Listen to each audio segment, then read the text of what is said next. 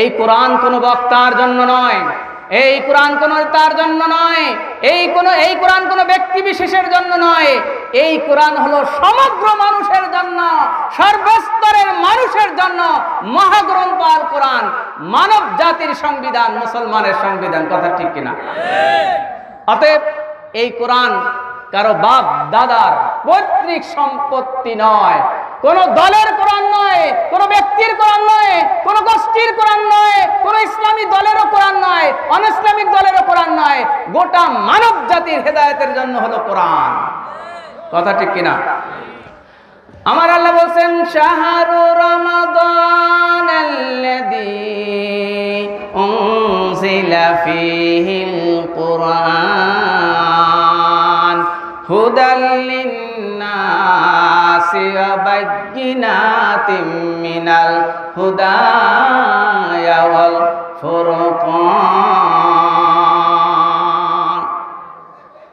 কালো মানুষের জন্য কোরআন, সাদা মানুষের জন্য কোরআন, শাসকের জন্য কোরআন, শাসিতর জন্য কোরআন, প্রিন্সিপালের জন্য কোরআন, শিক্ষকের জন্য কোরআন, নেতার জন্য কোরআন, পুরুষের জন্য কোরআন, মহিলার জন্য কোরআন, পৃথিবীতে যত সৃষ্টি আছে সবার জন্য কোরআন। তার নাম হচ্ছে আল কোরআন। আমার আল্লাহ পাক বলছেন, আমি আল্লাহ, নিজের পরিচয় নিজে আল্লাহ দিয়েছেন, আলহামদুলিল্লাহি রাব্বিল আলামিন। আমার আল্লাহ বলছেন, শোনো, এই ৮০,০০০ জগতের কথা বললাম, মানব জগতের বাইরে পৃথিবীর বিজ্ঞান বলছে সৌরজগৎ আছে, গ্যালাক্সি জগৎ আছে, ক্লাস্টার জগৎ আছে, যত জগৎ আছে সব জগতের রহস্য একদিন না একদিন পৃথিবীর মানুষ হয়তোবা জানতে পারবে। কিন্তু মানুষের মাথার মধ্যে, ব্রেনের মধ্যে যে রহস্য আছে, কিয়ামত পর্যন্ত কোনো বিজ্ঞানী আবিষ্কার করতে পারবে না। সেই মনোজগৎ, মনের জগৎ, চিন্তার জগতের রব হলো আল্লাহ।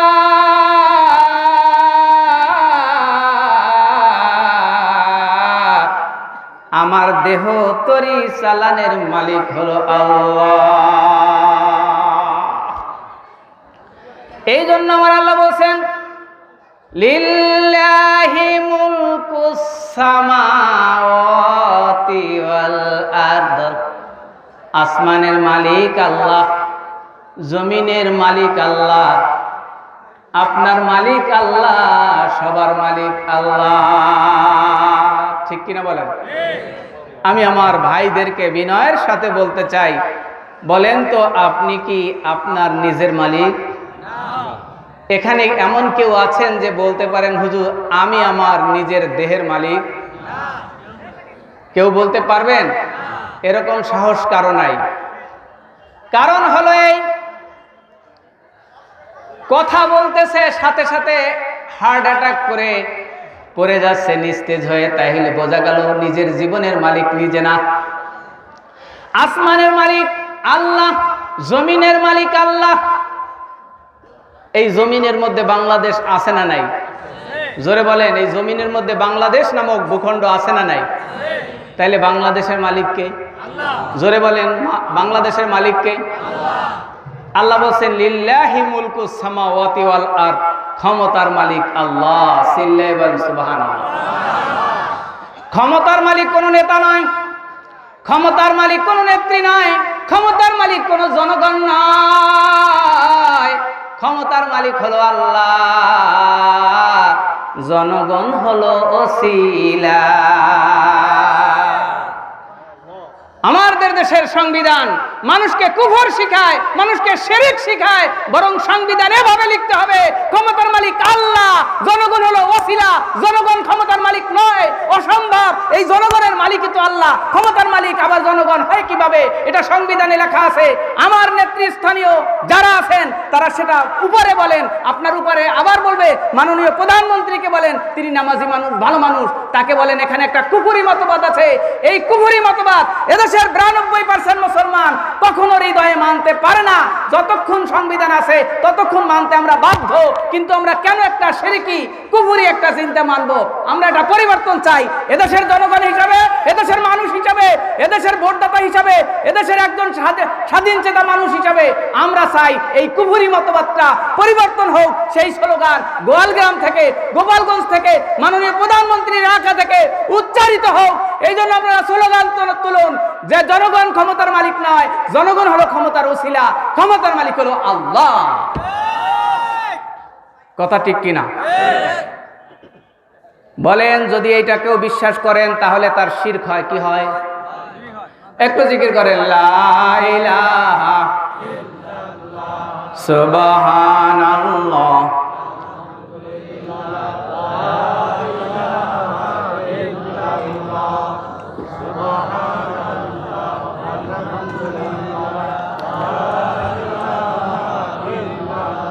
লা ইলাহা ইল্লাল্লাহ, মুহাম্মাদুর রাসূলুল্লাহ সাল্লাল্লাহু আলাইহি ওয়াসাল্লাম।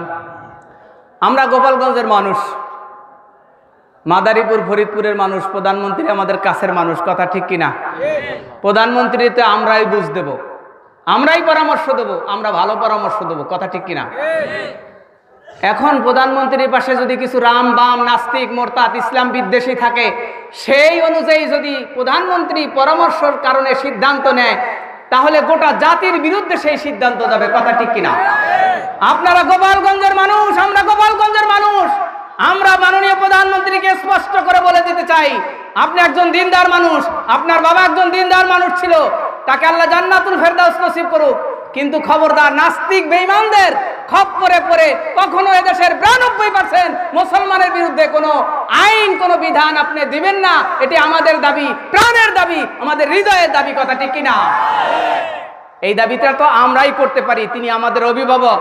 অভিভাবকের কাছে তো অধীনস্থ যারা, তারা তো দাবি করতেই পারে। কথা ঠিক কিনা? সেই দাবি আপনারা কারা কারা করবেন? দুটো হাত তুলে দেখান, হাত নামান। সম্মানিত সুধী, এই কোরআনে আল্লাহ সূরা বাকারার মধ্যে বলছেন, লিযযাকারি মিসলু হাদ্দিল উনসায়াইন। বাবার সম্পদ, মায়ের সম্পদ ছেলে পাবে মেয়ের ডবল। কারণ হলো ছেলে মেহমানদারি করে, দুলাভাই আসে খাওয়ায় কে? ছেলে। আত্মীয় স্বজন আসে খাওয়ায় কে? ছেলে। এই জন্য ছেলেকে আল্লাহ ডবল দিছে। সুবহানাল্লাহ বলেন। মেয়ের কোনো খরচ নাই, অর্ধেক নিয়ে যায় বাবার সম্পদ, মায়ের সম্পদ। মেয়ের কোনো খরচ নাই, স্বামীর টাকা তো আছেই। কি বলেন? দেখেন, এদেশের কিছু নাস্তিক মোরতাদ রামবাম ইসলাম বিদ্বেষীদের পরামর্শের কারণে এদেশে নারী নীতির একটা ধারা হয়েছে, পুরুষ যা পাবে মহিলারা সমান পাবে। এটি কিন্তু এই নাস্তিকরা বুদ্ধি দিয়েছে, বেঈমানেরা বুদ্ধি দিয়েছে। এটা সরাসরি কোরআনের সাথে যুদ্ধ ঘোষণার শামিল। অতএব আমরা গোপালগঞ্জের মুসলমান, আমরা মাদারীপুরের মুসলমান, আমরা বলে দিতে চাই, মাননীয় প্রধানমন্ত্রী, আপনি আমাদের অভিভাবক, আপনি নাস্তিকদের কথা শুনেন না। আপনি সূরা বাকারা তেলাওয়াত করেন, আপনি কোরআন শরীফ পড়েন, সূরা বাকারার তাফসীর দেখেন, ব্যাখ্যা দেখেন, নাস্তিকদের কথাগুলো ডাস্টবিনে ছুঁড়ে মারেন এবং সেই আইন পালন করেন, সেই আইন লালন করেন, সেই আইন বাস্তবায়ন করেন, সেই আইন সংসদে আনেন যেই আইন কোরআনের সাথে সাংঘর্ষিক নয়। আপনি তো ওয়াদা করেছেন কোরআন সুন্নাহ বিরোধী একটা আইনও পাস হবে না। আমরা এখান থেকে বলে দিতে চাই, মাননীয় প্রধানমন্ত্রীকে আপনাকে বলতে চাই, আপনি এটা পারবেন, আপনার পক্ষে এটা সম্ভব। আমাদের প্রধানমন্ত্রীকে আল্লাহ সেই তৌফিক দান করেন। জোরে বলেন আল্লাহুম্মা আমিন। বলেন, এখানে যারা নেতৃস্থানীয় আছেন, কথা ভালো না খারাপ? যদি ভালো না হয় তাহলে আমাকে বলেন, আমি আর একটা কথাও বলবো না। জি, এটা আমাদের দাবির কথা না, এটা আমাদের প্রাণের কথা না, এটা কোরআনের কথা না। আপনারা এদেশের মানুষ, আমরা প্রধানমন্ত্রীর এলাকার মানুষ, আমরা যদি বলতে না পারি তাহলে অন্য দেশের মানুষ কেন বলবে? আমাদের অধিকার ক্ষুণ্ণ হয় কি হয় না? আমাদের সম্মান আছে, আমাদের ইজ্জত আছে, আমরা দাবি করতে পারি, বলতে পারি, আমাদের কথা রাখতে হবে। কথা ঠিক কিনা? কারণ এটা তো আমাদের ব্যক্তিগত কথা নয়, কোরআনের কথা, 92% মুসলমানের প্রাণের কথা। কথা ঠিক কিনা? আসুন আল্লাহর পরিচয়ে কথা বলছিলাম। আমার আল্লাহ বলছেন, আল্লাহু লা ইলাহা ইল্লা হুয়াল হাইয়ুল কাইয়্যুম। আল্লাহ তাআলা চিরস্থায়ী, চিরঞ্জীব। এখন আপনি যদি লেখেন আমার নেতা চিরঞ্জীব, তাহলে আল্লাহর সিফাত, আল্লাহর বৈশিষ্ট্য আপনি নেতার মধ্যে আনলেন। এটা আল্লাহর সাথে সরাসরি বেয়াদবি হলো কি না? জোরে বলেন, আল্লাহর সাথে বেয়াদবি হলো কি হলো না? এখন আমরা মুসলমান, কোরআন জানি না, কোরআন বুঝি না, যার কারণে এমন কিছু কথা বলি আমাদের ঈমান চলে যায়। যেমন কেউ যদি বলে ধর্ম যার যার, উৎসব সবার, তাহলে তো মানুষের ঈমানই শেষ। বরং ধর্ম যার, উৎসব তার। জোরে বলেন, ধর্ম যার। আমরা মুসলমান, ঈদের নামাজ কাদের জন্য? আমাদের জন্য। আমরা কি মুসলমান, আমাদের জন্য ঈদের নামাজ। হিন্দুরা হিন্দুদের জন্য পূজা পার্বণ, তারা যা করুক করুক, তাদের পূজা তারা করবে, তাদের রীতিনীতি তারা পালন করবে, কিন্তু আমরাও আমাদের নীতিনীতি পালন করব, ঠিক না? হিন্দুরা কি আমাদের ঈদের নামাজে আসে? জোরে বলেন, হিন্দুদের জন্য কি ঈদের নামাজ? হিন্দুদের জন্য কি রমজানের নামাজ?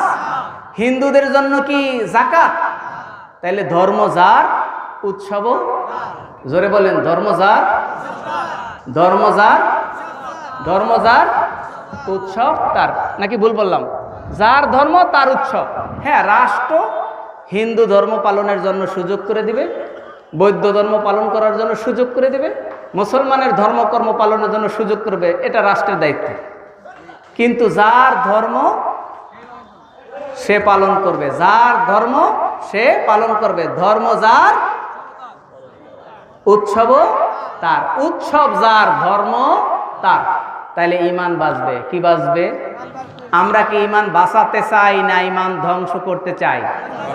এই জন্য আমার আলোচ্য বিষয় হলো ঈমান বনাম কুফর। ঈমান বনাম কুফর। এখন দেখবেন, আমি আগে বলছি কিছু বক্তা আছে, এই বক্তা নামে তক্তা, এদের কথায় মানুষ ঈমানদার হয় না, বরং বেঈমান হয়। আমি কোনো বক্তার সমালোচনা করি না, সমালোচনা তখন হবে যখন নাম ধরা হবে। এক বক্তা গান গাইছে, আল্লাহর ধন রসুলরে দিয়ে, রসুলের ধন খাজায় পাইয়া বৈশা আছে আজমিরে, কেউ ফিরে না খালি হাতে, খাজারে তোর দরবারে। এই বক্তা নিজেও কাফের হয়েছে, যারা শুনছে সমর্থন করছে সবগুলোরে কাফের বানাইছে। এই যে কাফের বানাইলো, দোষ কার? জোরে বলেন, দোষ কার? এই জন্য বলি, কিছু নেতা, কিছু মানুষ, কিছু বক্তা আজকে ঈমানকে ধ্বংস করে দিচ্ছে, ইসলামকে ধ্বংস করে দিচ্ছে। ঈমান বাড়া তো থাক দূরের কথা, ঈমান চলে যাচ্ছে। এই জন্য খবরদার, যেই মাজার পূজারী, কবর পূজারী আর শিরক বিদআতের সাথে যাদের গন্ধ, পা থেকে মাথা পর্যন্ত যাদের শিরক, ওই সমস্ত বক্তা দাওয়াত করা জায়েজ নাই, ওই সমস্ত বক্তার ওয়াজ শোনা জায়েজ নাই, ওই সমস্ত বক্তার কাছে ঘেঁষাও জায়েজ নাই। কথা ঠিক কিনা? পারবেন না? তাহলে বলছিলাম, আল্লাহর পরিচয় আল্লাহ নিজে দিচ্ছেন। পড়ুন আমার সাথে, আলহামদুলিল্লাহি রাব্বিল আলামিন। সকল প্রশংসা সেই আল্লাহ যিনি ৮০,০০০ জগতের রব। তাফসীরে কবিরের ভাষায় আল্লামা ফখরুদ্দীন রাজি রহমাতুল্লাহ আলাইহি লিখেন, ৮০,০০০ জগৎ, তার একটা জগৎ হচ্ছে পৃথিবী নামক একটা গ্রহ। এরকম গ্রহ সৌর পরিবারে আরো 10টি আছে, সৌর পরিবারের বাহিরে আরো অসংখ্য গ্রহ আছে। পৃথিবী থেকে 2,49,00,000,000 মাইল দূরে একটি গ্রহ আবিষ্কার করেছে গত 3 মাস আগে। এরকম কোটি কোটি গ্রহ সৌর পরিবারে আছে। এরকম কোটি কোটি গ্রহ, নক্ষত্র, ধূমকেতু, উল্কাপিণ্ড, নীহারিকা, জ্যোতিষ্ক মণ্ডলী, এই শূন্য মণ্ডলের নিচে, মাঝখানে মধ্যাকর্ষণ শক্তির নিচে কোটি কোটি জ্যোতিষ্ক মণ্ডলী। এর পরে হলো মধ্যাকর্ষণ শক্তি, এর পরে হচ্ছে প্রথম আসমান। এই প্রথম আসমানের নিচে আর জমিনের উপরে মাঝখানে মধ্যাকর্ষণ শক্তির নিচে কোটি কোটি জ্যোতিষ্কমণ্ডলী সবগুলো একত্র করলে একটি জগৎ হয়, তার নাম হলো সৌরজগৎ। এরকম কোটি কোটি সৌরজগৎ একত্র করলে একটি জগৎ হয়, একটি প্যান্ডেল হয়, একটি বিশাল সীমানা হয়। আয়তক্ষেত্র বলেন, বর্গক্ষেত্র বলেন, বা পরিধি বলেন, ব্যাস বলেন, বা জায়গা বলেন, বিশাল এক জগৎ তৈরি হয়। এই জগতের নাম হলো গ্যালাক্সি জগৎ। সুবহানাল্লাহ। কোটি কোটি গ্যালাক্সি জগৎ একত্র করলে যেই মহাজগৎ, সেটির নাম হচ্ছে ক্লাস্টার জগৎ, গুচ্ছ জগৎ। কোটি কোটি ক্লাস্টার জগৎ মিলে একটা জগৎ হয়। এইরকম আরো ৭৯,৯৯৯ জগৎ আল্লাহর সৃষ্টির মধ্যে আছে। এই সব সৃষ্টি জগতের মালিক হলেন আল্লাহ। এমন রবের কুদরতের সামনে আমরা যখন নামাজে দাঁড়াইয়া যাই,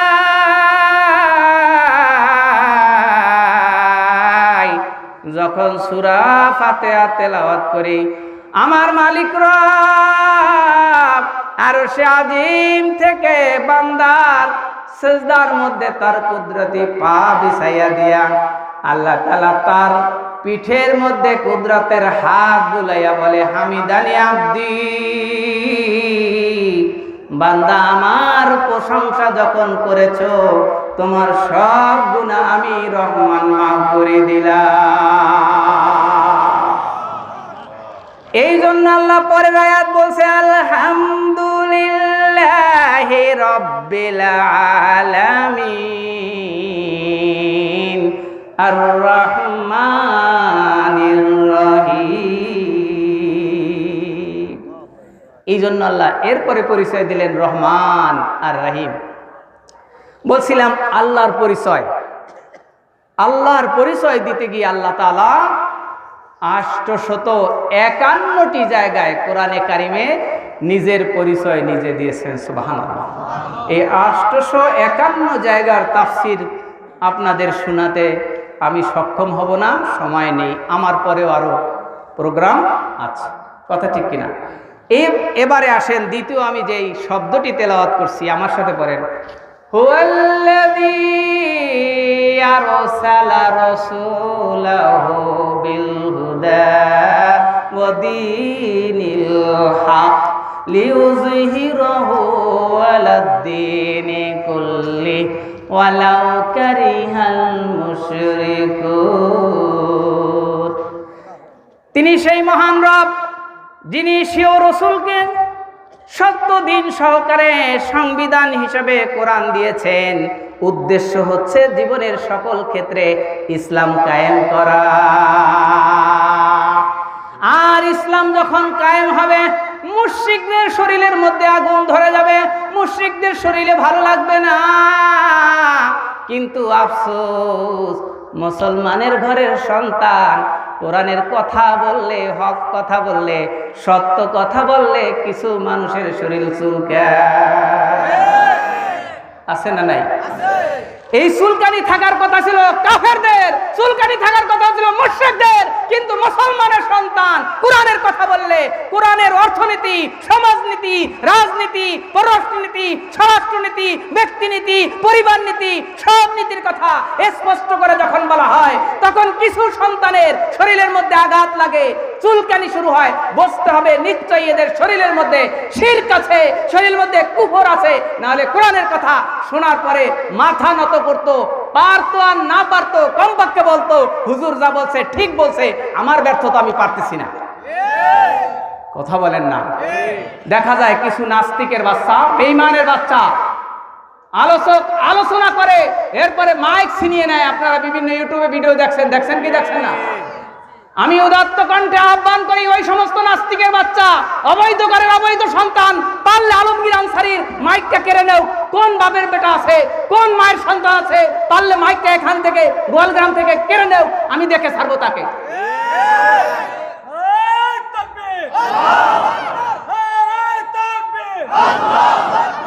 ইসলামের শত্রুরা হুঁশিয়ার সাবধান, ইসলামের শত্রুরা হুঁশিয়ার সাবধান, এক তাকবীর, আল্লাহু আকবার। সম্মানিত সুধী, তবে হ্যাঁ, আমি যদি কোনো ব্যক্তিগত কথা বলি, কোনো ব্যক্তির পক্ষে বলি, তাহলে আমার বক্তব্য কারো শোনা জায়েজ নাই।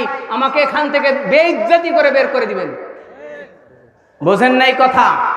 পিছন থেকে বোঝেন নাই জন্য কোনো কথা বললেন না। আমি যদি আমার দলের কথা বলি, কোন দলের পক্ষে দালালি করি, দালাল মৌলবীকে স্টেজ থেকে বের করে দিবেন, দালাল মৌলবীকে। কিন্তু যারা কোরআন থেকে কথা বলে তাদেরকে বের করে দিলে আপনি বৈধ ঘরের বৈধ সন্তান হবেন না, হবেন না, হবেন না। আমরা আওয়ামী লীগ করি না, বিএনপি করি না, জামাত করি না, বাংলাদেশের প্রচলিত কোন রাজনীতির সাথে বিন্দু মাত্র আমাদের সম্পর্ক নাই। কিন্তু কোরআনের কথা জীবন যতদিন আসে ততদিন বলবোই বলবো। পৃথিবীর কোন রাজশক্তি, কোন দলীয় শক্তি, ব্যক্তি শক্তি, সমাজের শক্তি, মাদ্রাসার শক্তি, গ্রামের শক্তি, কোন শক্তি আমাদেরকে ফিরিয়ে রাখতে পারবেন না। শাহাদাতের আগ পর্যন্ত বলেই যাবো ইনশাআল্লাহ। আমাদের কোনো চিন্তা নাই, আছে? মুসলমানের কোনো চিন্তা আছে? এই যে করোনা, হাজার হাজার লাখ লাখ মানুষ মাহফিল শোনে। সেদিন ভোলাতে প্রোগ্রাম করলাম, লক্ষ লক্ষ মানুষ, হাজার হাজার আলেম স্টেজে আলোচনা শুনছে, একজন তো করোনা হলো না। মক্কা মদিনায় 50 লক্ষ মানুষ হজ করেছে, একজনেরও করোনা হয় নাই। এটা আল্লাহর রহমত কিনা? বুখারী শরীফ 5729 নম্বর হাদিস, আল্লাহ রাসূল বলেন, যাকে খুশি আল্লাহ তাকে দিবেন, অন্যকে দিবেন না। এখন যদি কাউকে দেয়, আমাকে যদি দেয়, আনসারী সাহেবকে যদি দেয়, তাহলে আল্লাহ বলেন, ওয়ালাকিন জাআলাহু রাহমাতাল লিল মুমিনিন, মুমিনের জন্য রহমত। আত-তানু শাহাদাত লিকুল্লি মুসলিম, যে কোনো মুসলমান যদি করোনায় মারা যায় সে শহীদের দরজা। শাহাদাতের মউত যদি আমার নসিব হয়ে যায়, আমার তো চিন্তা থাকার কোনো কথা নয়, আমার তো ভয় থাকার কথা নয়। আল্লাহ তাআলা এই জন্য নাস্তিক, বেঈমান, ইসলাম বিদ্বেষী যারা কোরআন নিয়ে বিদ্রুপ করে, কোরআন নিয়ে ঠাট্টা করে, কোরআনের সাথে তারা শত্রুতা করে, আল্লাহ তাদেরকে মাটির সাথে মিশিয়ে দিয়েছে। ইউরোপ আমেরিকাকে আল্লাহ তাআলা একেবারে মাটির সাথে ধসাইয়া দিয়েছেন। কারণ দুটো, একটি হলো তারা জালেম, আর একটা হলো কোরআনের সরাসরি শত্রু। কথা ঠিক কিনা? আমি এই গোপালগঞ্জবাসীকে বলতে চাই, কাশিয়ানীবাসীকে বলতে চাই, দেশবাসীকে আপনাদের মাধ্যমে বলতে চাই, কোরআনের শত্রু থাকবে কাফেরের সন্তান, কোরআনের শত্রু থাকবে মুশরিকের সন্তান। কোন মুসলমানের সন্তান কোরআনের বিরুদ্ধে যেতে পারে না, মাথা নোয়াইয়া এখান থেকে যাবে। এটাই বাস্তবতা, এটাই সত্য, এটাই মহাসত্য, এটাই সত্য, এটাই হলো কোরআনের মুজিজা। কথা ঠিক কিনা? জোরে বলেন। কথা বলছিলাম, দ্বিতীয় কথা, একটু জিকির করেন, লা ইলাহা ইল্লাল্লাহ, লা ইলাহা ইল্লাল্লাহ, লা ইলাহা। কটা বাজে? 5 মিনিট আছে, আধা ঘন্টা আছে।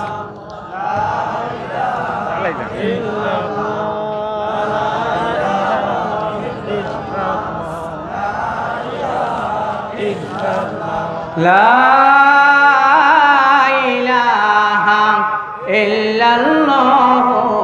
মুহাম্মাদুর রাসূলুল্লাহ সাল্লাল্লাহু আলাইহি ওয়াসাল্লাম।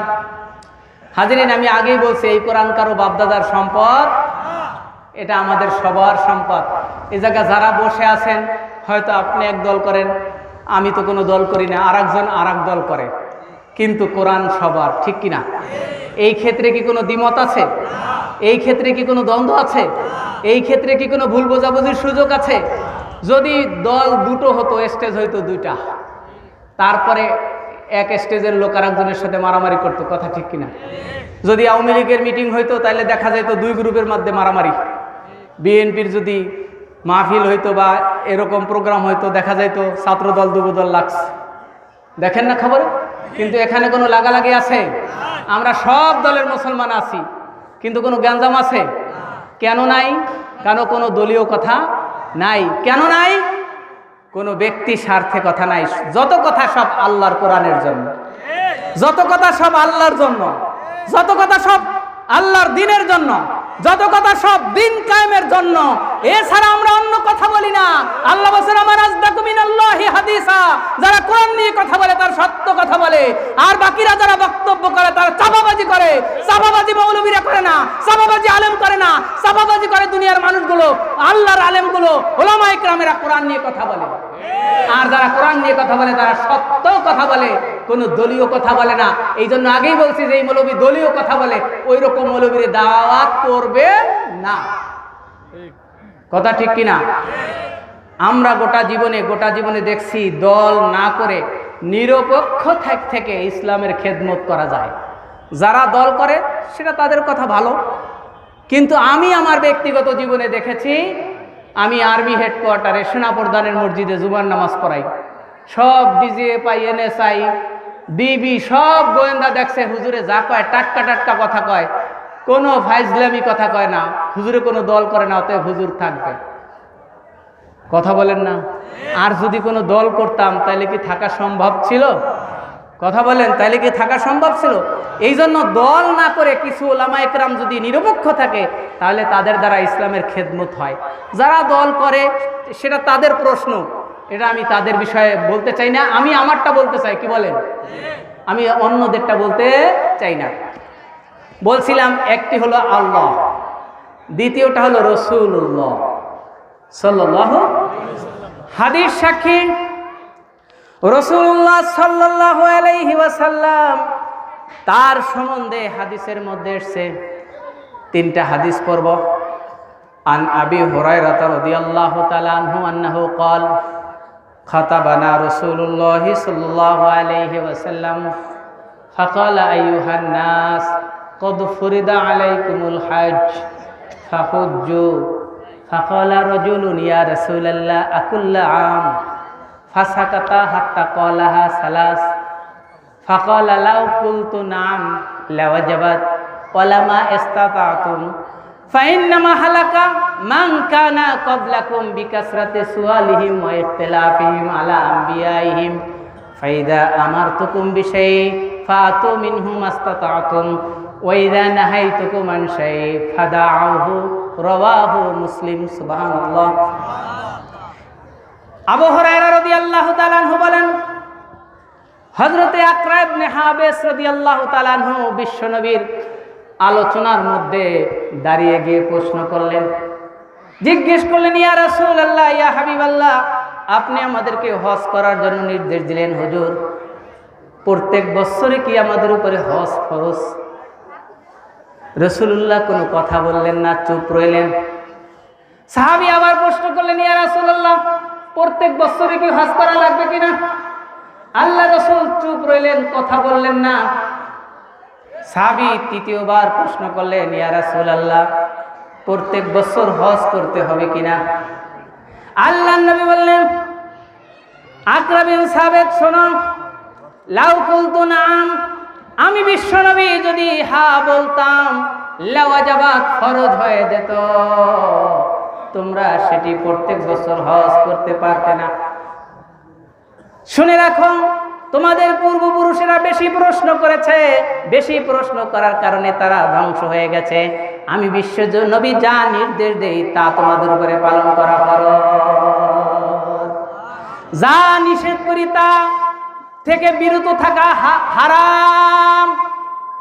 এই জন্য আল্লাহ বলছেন, আমা আতাকুমুর রাসূল ফাখুযু, আমার নবী যা নির্দেশ করেন তা তোমরা মেনে চলো। ওমা নাহাকুম আনহু ফান্তাহু, নবী যা নিষেধ করছেন তা থেকে বিরত থাকো। আমি যে কথাটি বলতে চাই, রাসূলুল্লাহ বলেন, আমি যদি হ্যাঁ বলি ফরজ হয়ে যায়। রাসূলুল্লাহর কত পাওয়ার, রেজিস্ট্রিকৃত পাওয়ার। রাসূল হ্যাঁ বললে ফরজ হয়ে যায়, না বললে হারাম হয়ে যায়। কত বড় পাওয়ারফুল! সুবহানাল্লাহ। তাবাকাতে ইবনে সাদের মধ্যে লম্বা হাদিস। সাদ সালামী রাদিয়াল্লাহু তাআলা আনহু বললেন, হুজুর, আমি যুবক মানুষ, আমি বিয়ে করতে চাই, 8 বছর যাবত বা 8 মাস যাবত মেয়ে খুঁজছি, আমি মেয়ে পাই না। মেয়ে পাই ঠিক, কিন্তু কেউ আমাকে পছন্দ করে না, কারণ আমি কালো, মুখের মধ্যে গুটির বসন্ত। হুজুর, আমাকে বিয়ের ব্যবস্থা করে দেন, আপনি আমার অভিভাবক। রাসূলুল্লাহ বললেন, তুমি যাও ওয়াহাব ইবনে মুনাব্বার বাড়িতে গিয়ে এই কথা বলে দাও, যাওয়াজানি রাসূলুল্লাহ সাল্লাল্লাহু আলাইহি ওয়াসাল্লাম ফাতাতাকুম। ও আব্দুল্লাহ ইবনে মুনাব্বা, তোমার ঘরে যে সুন্দরী রূপসী রূপবতী কন্যা আছে, বিশ্বনবী আমার সাথে তা বিয়ে দিয়ে দিয়েছে। কত বড় পাওয়ার! সাহাবীর মেয়ে আর এক সাহাবীর সাথে রাসূলুল্লাহ বিয়ে দিতে পারতেন, এই ক্ষমতা আল্লাহ রসুলকে দিয়েছে। কিন্তু আমার মতো মৌলবি যদি আর একজনের মেয়েকে বিয়ে দেয়, সাথে সাথে অ্যারেস্ট। কথা ঠিক কিনা? যারা সাক্ষী তারাও অ্যারেস্ট, কাজী সাহেব অ্যারেস্ট, যারা উপস্থিত সবগুলোকে ধরে নেবে টিউনো সরকার। কথা ঠিক কিনা? আমার কোনো পাওয়ার নাই, শক্তি নাই, কিন্তু বিশ্বনবী মুহাম্মদ সাল্লাল্লাহু আলাইহি সাল্লামের এত ক্ষমতা, এত শক্তি আল্লাহ পাক দিছে। রাসূলুল্লাহ ইচ্ছে করলে কারো মেয়ের সাথে কারো ছেলের তার বাবা মায়ের অনুমতি ছাড়া বিয়ে পড়াই দিতে পারবে। এই হলো বিশ্বনবী। শুধু তাই না, হাদিস সাক্ষী। عن عبد الرحمن بن عيش رضي الله تعالى عنه أنه قال قال رسول الله صلى الله عليه وسلم رأيت ربي عز وجل في أحسن صورة قال فيما يقتسم الملأ الأعلى قلت أنت أعلم قال فوضع كفه على كتفي فوجدت البرد بين ثديي فعلمت ما في السماوات وما في الأرض ثم تلا هذه الآية وكذلك نري إبراهيم ملكوت السماوات والأرض وليكون من الموقنين رواه الترمذي সুবহানাল্লাহ। আব্দুর রহমান ইবনে আয়েশ রাদিয়াল্লাহু তাআলা আনহু রাসূলুল্লাহ সাল্লাল্লাহু আলাইহি ওয়াসাল্লামের জলিলুল কদর সাহাবী, তিনি বলেন রাসূলুল্লাহ সাল্লাল্লাহু আলাইহি ওয়াসাল্লাম বলেছেন, আমি আমার আল্লাহকে মেরাজে নিজের চোখে দেখে এসেছি। সুবহানাল্লাহ। আল্লাহর সাথে যখন আমার দিদার হলো, সাক্ষাৎ হলো, আল্লাহ তাআলা তখন বললেন, হাবিব, আপনি যখন মক্কাতুল মুকাররমা থেকে প্রথম আসমানের দূরত্ব 50,000 বছরের রাস্তা, চিল্লে বলেন সুবহানাল্লাহ। এটি আলোক বর্ষ হিসাবে, কি হিসাবে? আলো প্রত্যেক সেকেন্ডে যায় 1,86,000 মাইল, মিনিটে যায় 60 গুণ, ঘন্টায় যায় আরো 60 গুণ, দিনে যায় আরো 24 গুণ, বছরে যায় আরো 365 গুণ। যা হয় কম্পিউটারের স্ক্রিনের মধ্যে ধরবে না। এত লম্বা পথ, 365 দিনে আলো যায়। এইরকম আলো যদি মক্কা থেকে চলা শুরু করে, তাহলে প্রথম আকাশে যেতে সময় লাগবে 50,000 বছর। সুবহানাল্লাহ। আল্লাহর নবী বলেন, আল্লাহ মক্কা উম্মু হানির ঘর থেকে যখন আমি আসলাম, এই মাঝখানের ফাঁকা জায়গায় সামনে জিবরাইল, ডানে মিকাইল, বামে ইসরাফিল, পিছনে হযরত আজরাইল, চতুর্দিকে লক্ষ লক্ষ রহমতের ফেরেশতা আমাকে বলছে, মারহাবা ইয়া রাসূলুল্লাহ, মারহাবা মারহাবা ইয়া হাবিবাল্লাহ, মারহাবা। পরে সালাতুন ইয়া রাসূলুল্লাহ আলাইকুম, সালামুন ইয়া হাবিবাল্লাহ আলাইকুম।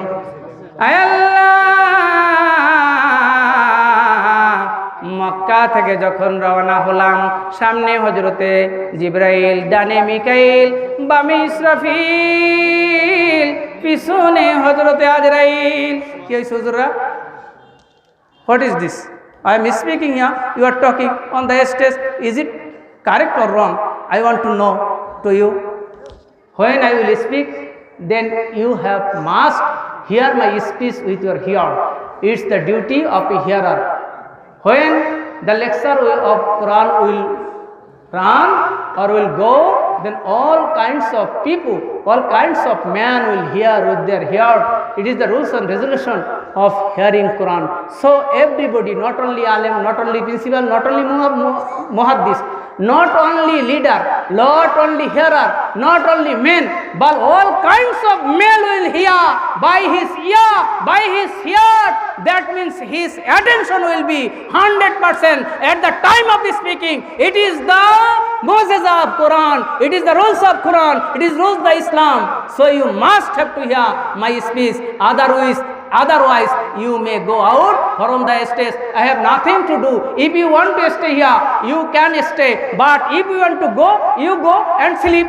No problem to me and to the meeting and for the committee. Not for you, but for all kinds of men. Understand my speech? কথা বুঝছেন?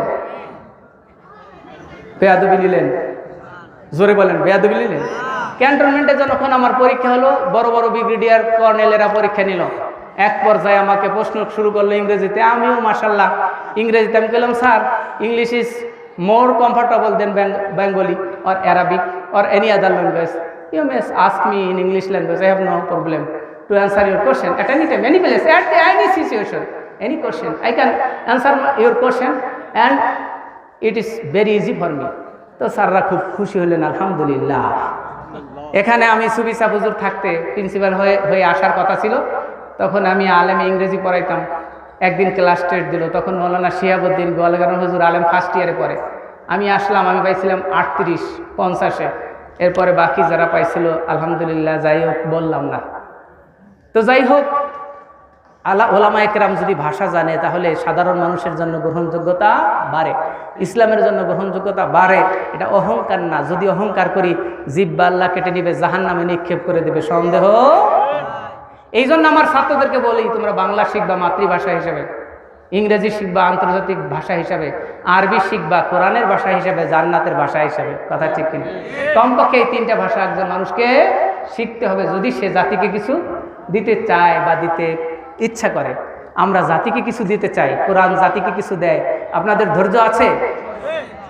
সিলেটে আমরা প্রোগ্রাম করি, 10টা থেকে প্রোগ্রাম শুরু হয়, ফজর পর্যন্ত চলে।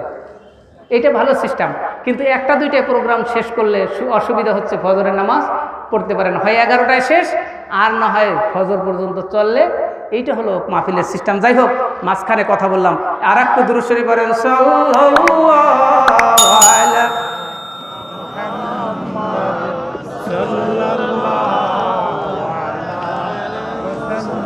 সাল্লাল্লাহু আলাইহি ওয়াসাল্লাম। বলছিলাম, আব্দুর রহমান ইবনে আয়েশ রাদিয়াল্লাহু তাআলা আনহু বলেন, রাসূলুল্লাহ সাল্লাল্লাহু আলাইহি ওয়াসাল্লাম ইরশাদ করেছেন, আমি আমার রবকে মেরাজের রাতে স্বচক্ষে দেখেছি। সুবহানাল্লাহ। আল্লাহ ডাক দিয়ে বলেন, ফিমা ইয়াকতাসিমুল মালাউল আলা হাবিব, মক্কা থেকে যখন প্রথম আসমান 50,000 বছর আলোক বর্ষের সমান, এই ফাঁকা জায়গা মধ্যাকর্ষণ শক্তি ভেদ করে, দুলুক ভুলুক সব কিছু ভেদ করে, জ্যোতিষ্ক মণ্ডলী সব ভেদ করে, সূর্য গ্রহ উপগ্রহ নক্ষত্র সব কিছু বের করে, নূরের জগৎ ভেদ করে, প্রথম আসমান থেকে দ্বিতীয় আসমানের দূরত্ব 1,00,000 বছরের রাস্তা। সুবহানাল্লাহ। দ্বিতীয় আসমান থেকে তৃতীয় আসমানের দূরত্ব 1,50,000 বছরের রাস্তা। এরপরে চতুর্থ, পঞ্চম, ষষ্ঠ, সপ্তম সব আসমানের মাঝখানের ফাঁকা জায়গা 3,00,000 আলোক বর্ষের সমান। এরপরে ইনদা সিদরাতিল মুনতাহা, ইনদাহা জান্নাতুল মাআওয়া। এরপরে সিদরাতুল মুনতাহা, তার পাশে জান্নাতুল মাওয়া, আল্লাহর জান্নাত, জান্নাতুল মাওয়া। এর ডান দিকে বড়ই গাছ, বড়ই গাছের নিচে জিবরাইল আলাইহিস সালামের বাড়ি, ডান দিকে হযরতে মিকাইল আলাইহিস সালামের বাড়ি, তার ডান দিকে হযরতে ইসরাফিল আলাইহিস সালামের বাড়ি, একেবারে সর্বডাইনে হযরতে আজরাইল আলাইহিস সালামের বাড়ি। ওখানে বসে রিমোটের মাধ্যমে কম্পিউটারের বাটন টেপে আর অন হয় অফ হয়, আপনার জীবন অন হয়, আমার জীবন অফ হয়। কথা ঠিক কিনা? এই যে দেখেন কম্পিউটারে বাটন চাপে, আমেরিকায় বসে স্কাট ক্ষেপণাস্ত্র ছাড়ে, চলে যায় 1000 মাইল। রাশিয়ায় স্কাট ক্ষেপণাস্ত্র ছাড়ে, চলে যায় 1000 মাইল। এখানে বসে কম্পিউটারে খালি বুটাম চেপে, বুতাম, কথা বোঝেন না, বাটন চাপে। আমার আল্লাহ বলেন, পৃথিবীর বিজ্ঞানীরা শুনে রাখা, আমি আজরাইলকে এমন একটা ল্যাপটপ কম্পিউটার দিয়েছি, সুপার কম্পিউটার, এমন পাওয়ারফুল কম্পিউটার, কোটি কোটি আলোকবর্ষ দূর থেকে তার ছবিগুলো সে নিজে ধারণ করে, যখন একজন মানুষের জীবন শেষ হয়ে যায়, হযরতে আজরাইল আলাইহিস সালাম কম্পিউটারের বাটন চাপার সাথে সাথে 1 সেকেন্ডের মধ্যে দুনিয়া থেকে বিদায় হয়ে যায়। বক্তা বক্তৃতা দিচ্ছে, জীবন শেষ। গায়ক গান গাইছে, জীবন শেষ। অভিনয়কারী অভিনয় করছে, জীবন শেষ। পান খানেওয়ালা পান খাইতেছে, জীবন শেষ। ঘুমানো ব্যক্তি ঘুমাইতে গেছে, ঘুম থেকে জীবন শেষ। কথা ঠিক কিনা? কালকে ফেসবুক আমি দেখি না, পছন্দও করি না, কারণ অনেক ঝামেলা। দেখলাম একটা ফেসবুক আমার খুব হৃদয়ে গাচ্ছে, রেখাপাত করছে। সেটি হলো এই যে ঘুমাইতে গেলে জাগবেন, জাগলে সকাল, আর যদি না জাগেন পরকাল। জাগলে কি? জোরে বলেন, জাগলে কি? আর না জাগলে পরকাল। এক সেকেন্ডের ভরসা নাই। ফিরোজ শাহী একজন গায়ক ছিল, 21-এর বটমূলে যখন গান গাইলো 1 মিনিটের নাই ভরসা। গান গাইতে গাইতে যখন শেষ পর্যায়ে চলে গেল, সাথে সাথে হার্ট অ্যাটাক, পিজিতে নিল, ডাক্তার কয় না। ও গায়ক, তোমাকে বলছে একটা গান গাইছো, পরের গান গাইতেও পারো, নাও গাইতে পারো। ও নেতা, বক্তৃতা দিচ্ছ, পরের বক্তৃতা নাও দিতে পারো। চেয়ারম্যান, আজকে চেয়ারম্যান আছো, 1 সেকেন্ডের পরে চেয়ারম্যান নাও থাকতে পারো। এমপি আজকে এমপি আছো, 1 সেকেন্ডের পরে এমপি নাও থাকতে পারো। মন্ত্রী আছো, 1 সেকেন্ডের পরে মন্ত্রী না থাকতে পারো। প্রধানমন্ত্রী আছো, রাষ্ট্রপতি আছো, আমেরিকার রাজা ধীরাজ আছো, সারা বিশ্বকে চালায়, তুমি আমেরিকার প্রেসিডেন্ট হতে পারো। এই 1 সেকেন্ডের মধ্যে তোমার কোনো ভরসা না। কথা ঠিক কিনা? আমার চেয়ারম্যান সাহেব বোধহয় না, আল্লাহ কবুল করুক। জুমার নামাজ আসছি আপনাদের এক এলাকায় 2 দিন, আলহামদুলিল্লাহ। অন্য জায়গার প্রোগ্রাম মানে ক্যান্সেল করে আরেকজনকে দিয়ে বেড়াইতে আসছি, কারণ সুফি সাহেব হুজুর খুব মহব্বত করতেন। আমার তালুই শ্বশুর মরহুম মৌলানা আবু নাঈম, আমার ভাইরা, একমাত্র ভাইরা, ওনার মারা যাওয়ার সময় আসছি। আর এই যে 6 বছর চলে, এই আবার একবার আসার সুযোগ হলো। অনেক ব্যস্ততা, আল্লাহ যেন আপনাদের মাঝে মাঝে মাঝে আনেন। বিশেষ করে গোয়ালগ্রামের সাথে আমার ইতিহাসের সাথে, জীবনের সাথে একটা বড় সম্পর্ক আছে, কি বলেন ঠিক কিনা? আলহামদুলিল্লাহ, আপনাদের সন্তান মাসুম বিল্লাহ কলকাতায় প্রোগ্রাম করে, ইন্ডিয়ায় প্রোগ্রাম করে, মালয়েশিয়া প্রোগ্রাম ছিল, সিঙ্গাপুর প্রোগ্রাম ছিল। এটা আল্লাহ পাকের রহমত, সুফি সাহেব হুজুরের রুহানি দোয়া। আর এই মাদ্রাসার ঐতিহ্য, গোয়ালগ্রামের ইতিহাস, গোয়ালগ্রামের ঐতিহ্য, গোয়ালগ্রামের গর্ব, আল্লাহ শুকর, আলহামদুলিল্লাহ। তো আল্লাহ পাক যেন মাঝে মাঝে এখানে আনার, আসার তৌফিক দান করেন, বলেন আল্লাহুম্মা আমিন। আপনাদের কষ্ট হচ্ছে? জি, বলছিলাম রাসূলুল্লাহ, কি বলছিলাম?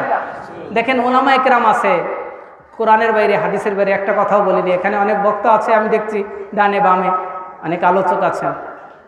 আলোচনা চলছে কি? রাসূলুল্লাহ। কি আলোচনা চলছে? রাসূলুল্লাহ। রাসূলুল্লাহ বলছেন। আল্লাহকে আমি যখন দেখলাম, আল্লাহ আমায় জিজ্ঞেস করলেন, হাবিব আসার পথে কি করলেন? আল্লাহ রাসূল বললেন, আনতা আলাম। হাদিসের ইবারত, রাআইতু রাব্বি আযজা ওয়া জাল ফি আহসানি সূরা, ক্বাল আল্লাহু আযজা ওয়া জাল ফিমা ইয়াকতাসিমুল মালাউল আলা। শূন্য জগতে, ঊর্ধ্ব জগতে ফেরেশতারা কি নিয়ে বাদ বিতণ্ডা করলো। আল্লাহ রাসূল বললেন, আনতা আলাম, আপনি ভালো জানেন। আল্লাহ বললেন, হাবিব,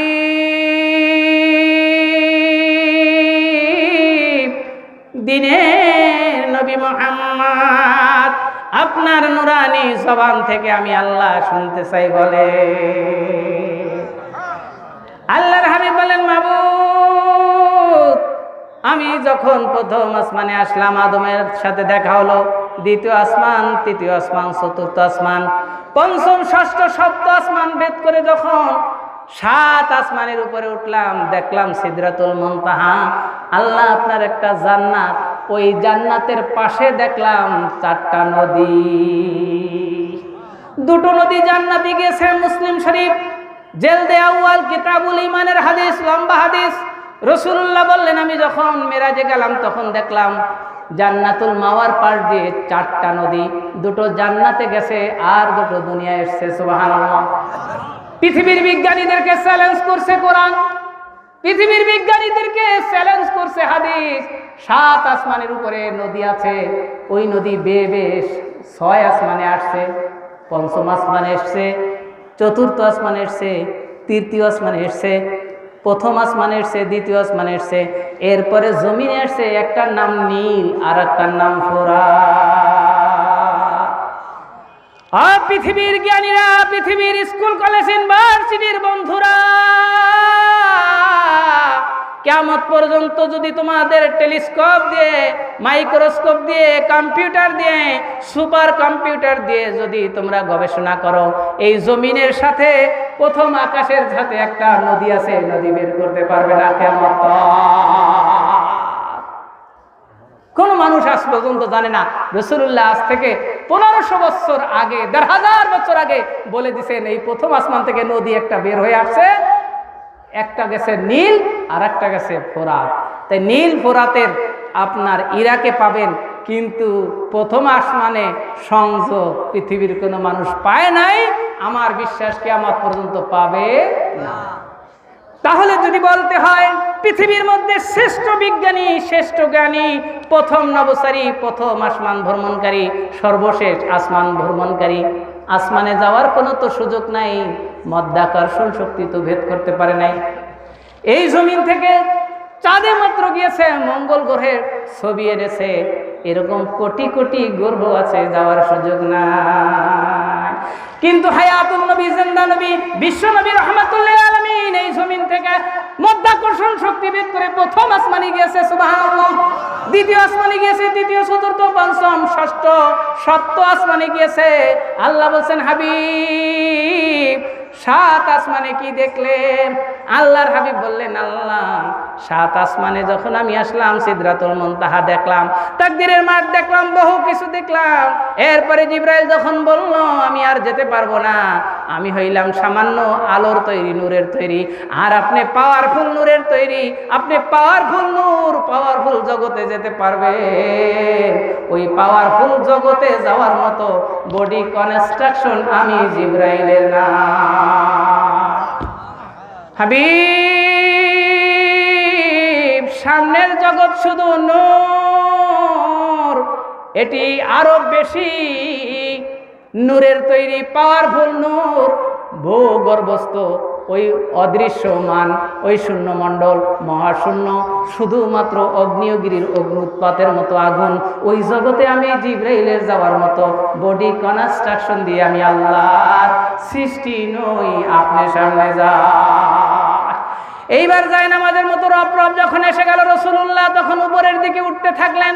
উপরে উঠে যখন শূন্যমণ্ডলে একাকী অনুভব করলেন, তখন দেখলেন একজন ফেরেশতা দাঁড়িয়ে দাঁড়িয়ে আল্লাহ এবং রাসূলুল্লাহর জিকির করে, লা ইলাহা ইল্লাল্লাহ, লা ইলাহা ইল্লাল্লাহ, হাসবি রাব্বি জাল্লাল্লাহু মা ফি কলবি গায়রু নূর মুহাম্মদ সাল্লাল্লাহু লা ইলাহা ইল্লাল্লাহ, সুবহানাল্লাহ,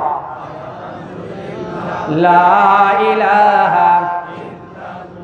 আল্লাহর হাবিব যখন মহাশূন্য মণ্ডল, লা মাকান লা জামান ভেদ করে মহাশূন্যের মধ্যে উঠলেন, দেখলেন আল্লাহ আর আল্লাহর নবীর জিকির চলছে মহাশূন্যের মধ্যে। কিন্তু আশ্চর্যের বিষয়ে নুজহাতুল মাজালিস কিতাব লিখে, পৃথিবীর সর্বপ্রথম ইলমে মারিফাতের কিতাব নুজহাতুল মাজালিস কিতাবের মধ্যে লেখক লিখছেন, এরপরে দেখলেন একজন ফেরেশতা 1 লক্ষ মাথা, প্রত্যেক মাথার মধ্যে 1 লক্ষ চেহারা, প্রত্যেক চেহারার মধ্যে 1 লক্ষ মুখ, প্রত্যেক মুখের মধ্যে 1 লক্ষ জিহ্বা, প্রত্যেক জিহ্বার মধ্যে 80,000 ভাষা, সবগুলো দিয়ে একসাথে জিকির করে, লা ইলাহা ইল্লাল্লাহ, লা ইলাহা। আল্লাহ ডাক দিয়ে বলেন, হাবিব, এই আশ্চর্য ধরনের ফেরেশতা দেখে বোধ হয় আশ্চর্যান্বিত হয়েছেন। রাসূলুল্লাহ মাথা নাড়ায়, আল্লাহ এই ফেরেশতা দেখে আশ্চর্যান্বিত না হয়ে উপায় নাই, আল্লাহ আমি আশ্চর্যান্বিত হয়েছি, আরো আশ্চর্যান্বিত হয়েছি, এই সবগুলো কোথায় যাবে গো আল্লাহ? আমার আল্লাহ ডাক দিয়ে বলেন, হাবিব, আরশে আজিমে বসে কথা দিলাম, আপনার কোন গুনাহগার উম্মত যদি হাসরের ময়দানে থেকে যায়, আমি আল্লাহ এই সব সওয়াব রিজার্ভ রেখে দিলাম উম্মতকে মাফ করার জন্য।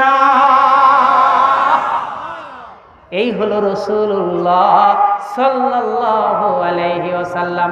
আল্লাহর নবী বললেন, ফাদা কাফাহু আলা কাতিফাইয়া, আল্লাহ তাআলা রাখলেন তার হাত আল্লাহর নবীর কাঁধের উপর, সুবহানাল্লাহ।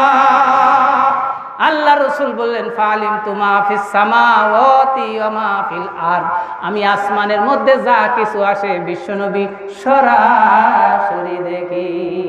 প্রথম আসমানে যা আছে সরাসরি দেখি, দ্বিতীয় আসমানে কি আছে দেখি, তৃতীয় আসমানে কি আছে দেখি, চতুর্থ পঞ্চম ষষ্ঠ সপ্ত আসমানে দেখি, শূন্য মণ্ডলে দেখি, এমনকি আল্লাহর আরশে আজিম পর্যন্ত দেখি। আরশে আজিমের চেয়ারের 4টা পায়া সেটাও দেখি। 4 পায়া ধরে কোটি কোটি ফেরেশতা আল্লাহ পাকের জিকির করে, এই জিকিরের শব্দ আমি সরাসরি দেখি এবং সরাসরি শুনি। এই হলো রাসূলুল্লাহ। সবাই বলেন সাল্লাল্লাহু আলাইহি। রাসূলুল্লাহকে হাদিস সাক্ষী عن عمر بن الخطاب رضي الله تعالى عنه أنه قال قال رسول الله صلى الله عليه وسلم بين رسول الله صلى الله عليه وسلم عن عمر بن الخطاب رضي الله تعالى عنه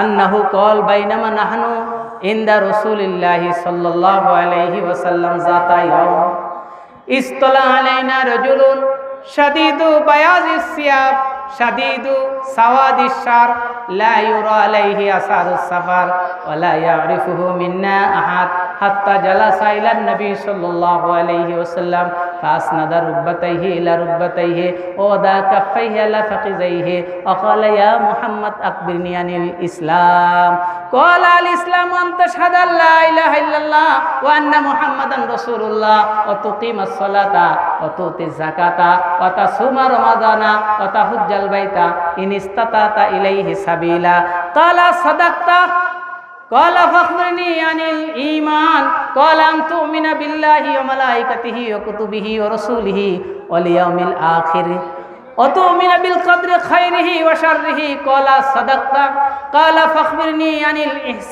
الإحسان قال أن تعبد الله كأنك تراه فإن لم تكن تراه فإنه يراك قال فاخبرني عن الساعة قال ما المسؤول عنها بعلم من السائل قال فاخبرني عن أمارتها قال أن تلد الأمات ربتها وأن ترى الحفاة العلاة الرعاة رعاء الشيء يتطاولون في البنيان قال فانطلق ثم لبثت مليا ثم قال لي يا عمر أتدري من السائل قال فإنه جبريل آتاكم يعلمكم دينكم رواه মুসলিম। সুবহানাল্লাহ।